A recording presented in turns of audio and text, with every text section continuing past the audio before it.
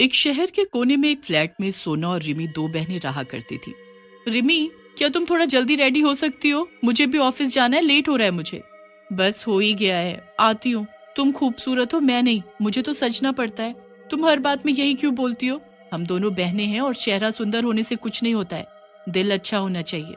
पर लोग फेस ही देखते हैं। अब जा रेडी हो, अब लेट नहीं हो रहा है। सोना और रिमी दोनों बहनें थीं, लेकिन सोना बहुत ही खूबसूरत, दयालु और प्यारी लड़की थी। लेकिन रिमी खूबसूरती में ठीक ठाक और लोगों पर गुस्सा करने वाली लड़की थी। वो थोड़ी नकचड़ी थी और बहुत जल्दी गुस्सा हो जाती थी। रिमी और सोना ऑफिस के लिए निकल जाती हैं। हाय सोना, कैसी हो?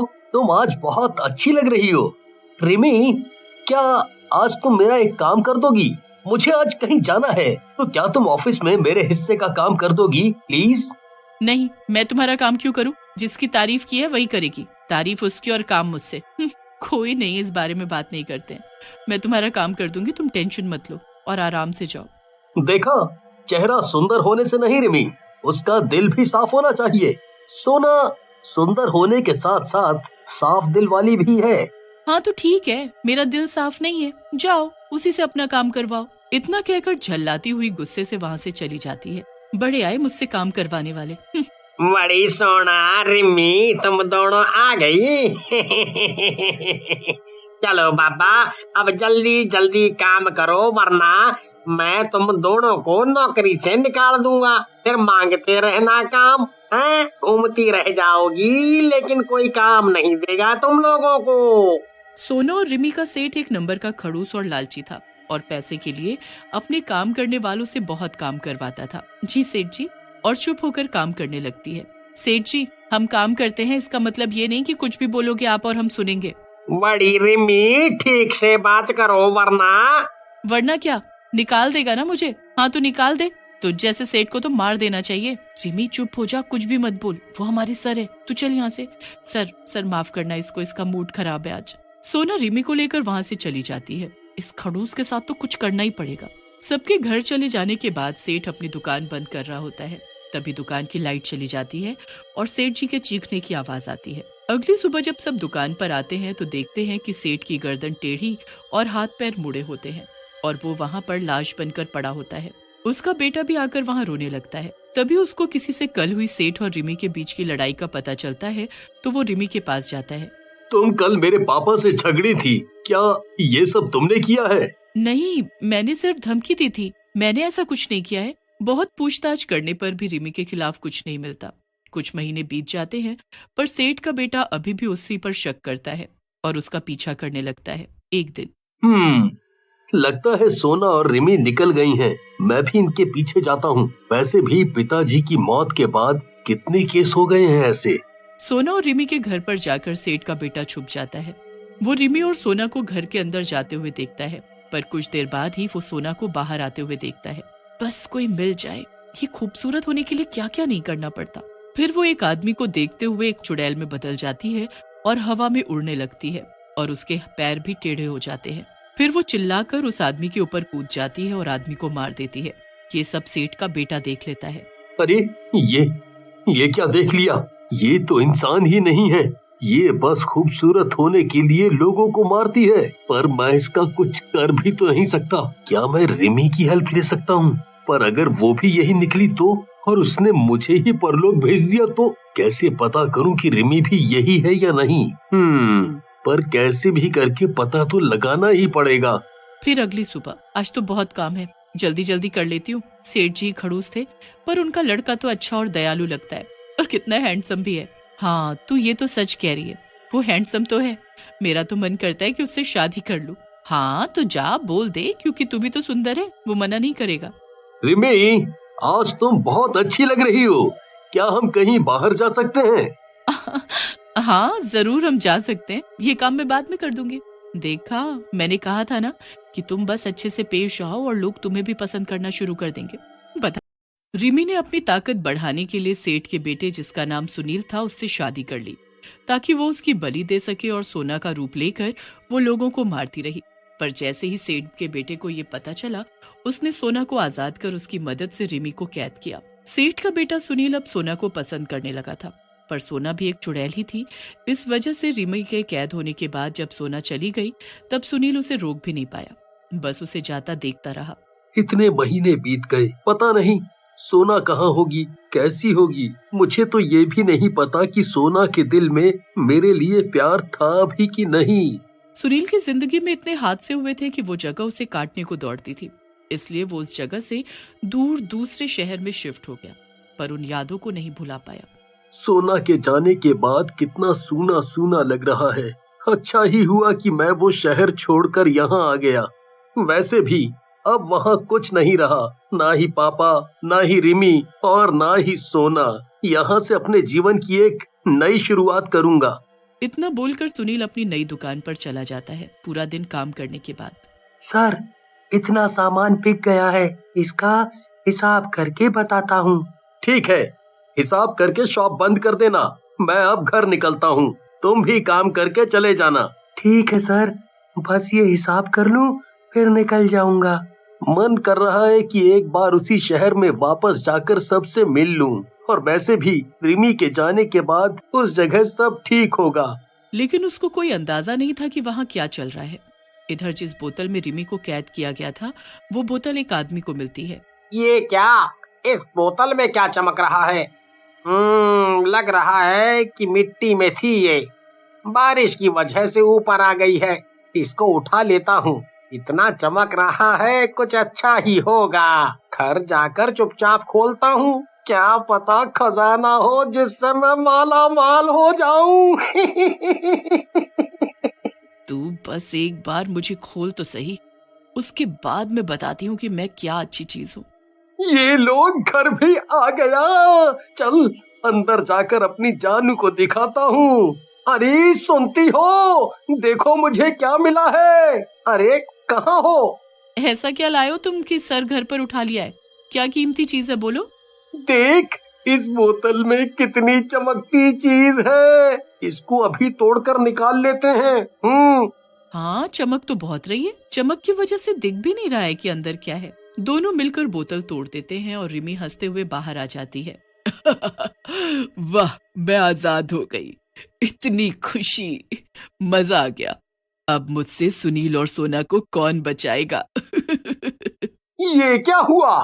तुम कौन हो? क्या तुम जिन हो जो अब मेरी गुलाम हो? तो सुनो, मैं बहुत अमीर होना चाहता हूँ। हाँ, फिर तो मुझे भी नौकर चाकर चाहिए और गहने, साड़ी और बहुत कुछ। चुप करो तुम दोनों, मैं कोई जिन्न नहीं, चुड़ैल हूँ, और तुम दोनों की मौत भी। इतना एहसान किया है तुम दोनों ने मुझ पर, मैं क्या करूँ? मैं तो एक चुड़ैल हूँ ना, और अपनी ताकत के लिए मुझे तुम लोगों को तो मारना ही होगा। ये सब तुम्हारी लालच की वजह से हुआ। अगर तुम लालच की वजह से इसे ना लाते और मैं भी लालची ना बनकर तुम्हें इसे तोड़ने को ना बोलती तो कितना अच्छा होता। हाँ, लालच तो बुरी चीज है ही। अब तुम दोनों की बारी है, सुनील और सोना। इधर सोना को एक आभास होता है। ये क्या हुआ? लगता है रिमी को किसी ने आजाद कर दिया। अब क्या होगा? मैं उसका पता क्यों नहीं लगा पा रही हूँ? लगता है उसकी ताकत बढ़ गई है। मुझे सुनील को बचाना होगा वरना वो उसे मार देगी। उसकी शॉप का नंबर क्या है? एक बार कॉल करती हूँ कि वो ठीक है या नहीं, और रिमी के बारे में भी बोल दूंगी। लग गया।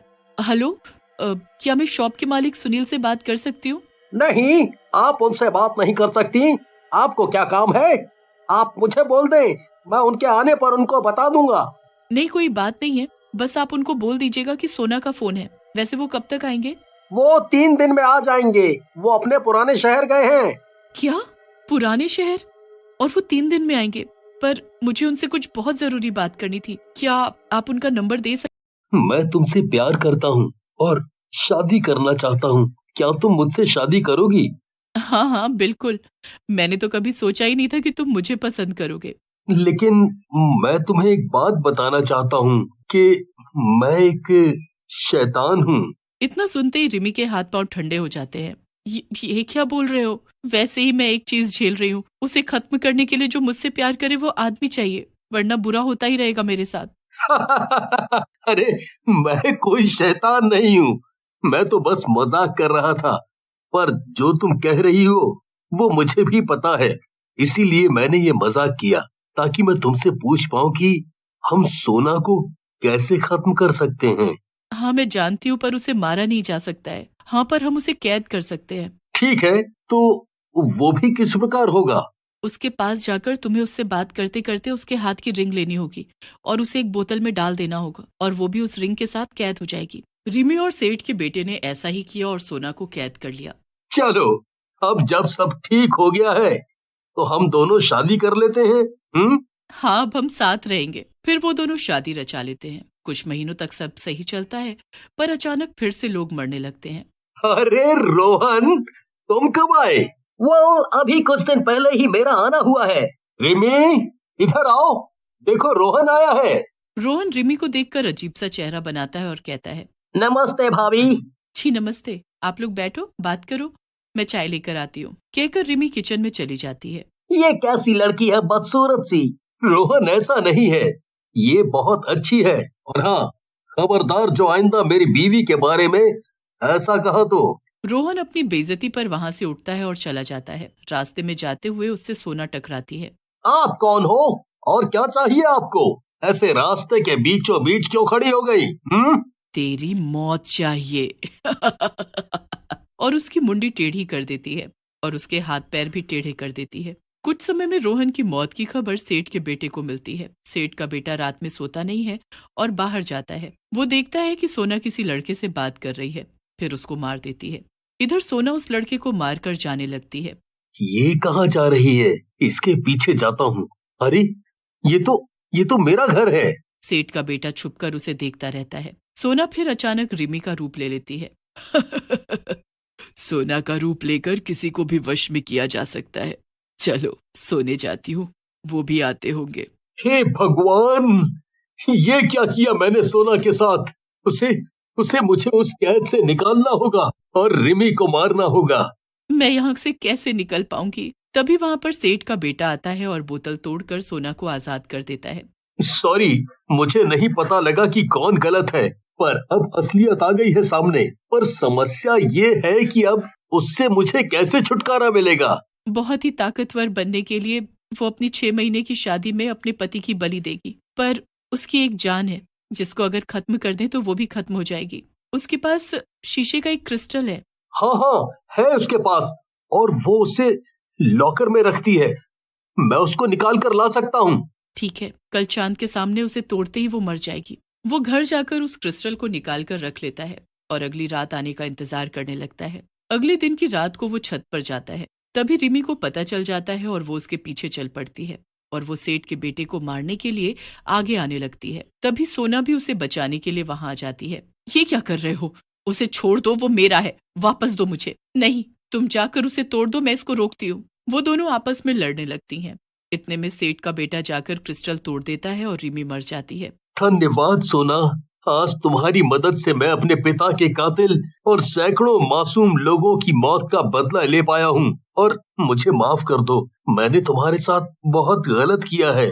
कोई बात नहीं, खुशी इस बात की है कि अब सब ठीक हो गया है। फिर वो दोनों अपने अपने घरों में चले जाते हैं और अगले दिन से एक आम जिंदगी शुरू कर। नहीं, मैं उनका नंबर नहीं दे सकता। ठीक है, मैं अपना नंबर आपको देती हूँ, ये आप उनको देना प्लीज और मुझे कॉल करने को बोल देना, ओके? फिर मैनेजर सुनील को कॉल करता है। सर, आपके लिए किसी सोना का कॉल आया था, वो आपको ढूंढ रही थी। क्या तुमने सोना कहा? सोना का फोन आया था? क्या कहा उसने? अपना नंबर दिया है और बोला है कि आप उनसे बात करें। ठीक है, मैं उसे कॉल करता हूँ। पता नहीं सुनील को मेरे कॉल के बारे में बोला गया है या नहीं। तभी फोन बजता है। ये किसका नंबर है? हेलो, कौन? सुनील, तुम कहाँ हो? अगर रास्ते में हो तो जल्दी आकर मुझे मिलो, बस उस शहर मत जाओ। सुनील, आपकी जान को खतरा है क्योंकि रिमी आजाद हो गई है। क्या बोल रही हो तुम? हाँ, मैं सच बोल रही हूँ और ज्यादा ताकतवर भी। हम मिलकर बात करते हैं कॉफी शॉप में। ओके, ठीक है, मैं भी निकलती हूँ। इधर रिमी चुड़ैल सुनील की पुरानी शॉप पर जाती है। ये सुनील की शॉप तो बंद है, ये कहाँ गया यहाँ से? उस आदमी से पूछती हूँ, सुनो भाई, ये शॉप क्यों बंद है? ये अब दूसरे शहर में चले गए हैं, अब उस शहर में ही रहते हैं। अगर आपको कुछ काम है तो उनसे जाकर मिलाओ। हाँ, जाना तो है ही, पर पहले कुछ खा लूं, भूख लग रही है। अरे, यहाँ से लेफ्ट में ही खाने की बहुत अच्छी शॉप है। मुझे तुम्हें खाना है। पेट भर गया, अब सुनील की बारी। इधर सोना और सुनील कॉफी शॉप में मिलते हैं। सुनील, तुम ठीक हो ना? अभी रिमी को तुम्हारे बारे में नहीं पता है। पर वो जल्दी ही पता कर लेगी। वो बदला लेने जरूर आएगी, इससे पहले कि वो मुझे मार दे। मुझे तुम्हें कुछ कहना है। आई आई लव यू सोना। मैं ये कब से कहना चाहता था। अब रिमी मुझे भी मार देगी तो कोई बात नहीं। ये तो सच है कि वो तुम्हें मार देगी और मुझे भी, क्योंकि उसकी ताकतें बढ़ गई हैं। पर हमारे पास एक रास्ता है जिससे हम उसे कमजोर कर सकते हैं और शायद मार भी सकते हैं। क्या रास्ता है जिसे हम उसे मार सकते हैं? मैं जरूर कोशिश करना चाहूंगा, अपने लिए ही नहीं, उन लोगों के लिए भी जो उसका शिकार बन रहे होंगे। इन सबसे छुटकारा पाने का एक तरीका है। तुम उसके पति थे। अगर तुम किसी और चुड़ैल से शादी करते हो तो उस चुड़ैल की ताकत रिमी की ताकत से ज्यादा बढ़ जाएगी, क्योंकि वो चुड़ैल तुम्हारे खून से अपार शक्तियां प्राप्त करेगी। तो अगर मुझे मरना ही है तो सोना, मैं तुमसे ही शादी करना चाहता हूँ। मैं तुम्हें ही अपार शक्ति देना चाहता हूँ, जिससे तुम रिमी जैसी गंदी चुड़ैल की ताकत कम कर सको और उन्हें मार सको। नहीं सुनील, मैं तुम्हें मारूंगी नहीं, पर हमें सबसे पहले शादी करनी होगी। रिमी कभी भी हमारे पास पहुंच सकती है। रिमी चुड़ैल पता लगाते लगाते सुनील की नई दुकान पर भी पहुंच जाती है। सुनील कहाँ है? मुझे सुनील से मिलना है। फिर वो और भयानक रूप ले लेती है और उसी के मोबाइल से सुनील को फोन करती है। सुनील, मैं बोल रही हूँ, तुम्हारी बीवी। क्या तुम्हें याद नहीं? मेरे पास आ जाओ। तुम मेरी बीवी नहीं हो। मैंने सोना से शादी कर ली है।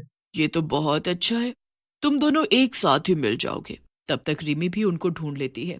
अब वो तीनों आमने सामने थे, एक बड़े से जंगल के अंदर, जहां चारों तरफ पेड़ ही पेड़ थे और अंधेरी रात छाई हुई थी। तुम दोनों ने मुझे कैद करके छोड़ दिया था ना, अब तुम दोनों मरोगे। तुमने इससे शादी तो कर ली, लेकिन प्यार के चलते तुम इसका खून कभी नहीं पी पाई, जिसका मतलब तुम मेरे सामने अभी भी कमजोर ही हो। रिमी चुड़ैल अपना शक्तिशाली भयानक रूप लेती है और सुनील पर हमला कर देती है। आज मैं तुम्हें जिंदा नहीं छोड़ूंगी, पहले मैं तुम्हें ही मारूंगी सुनील।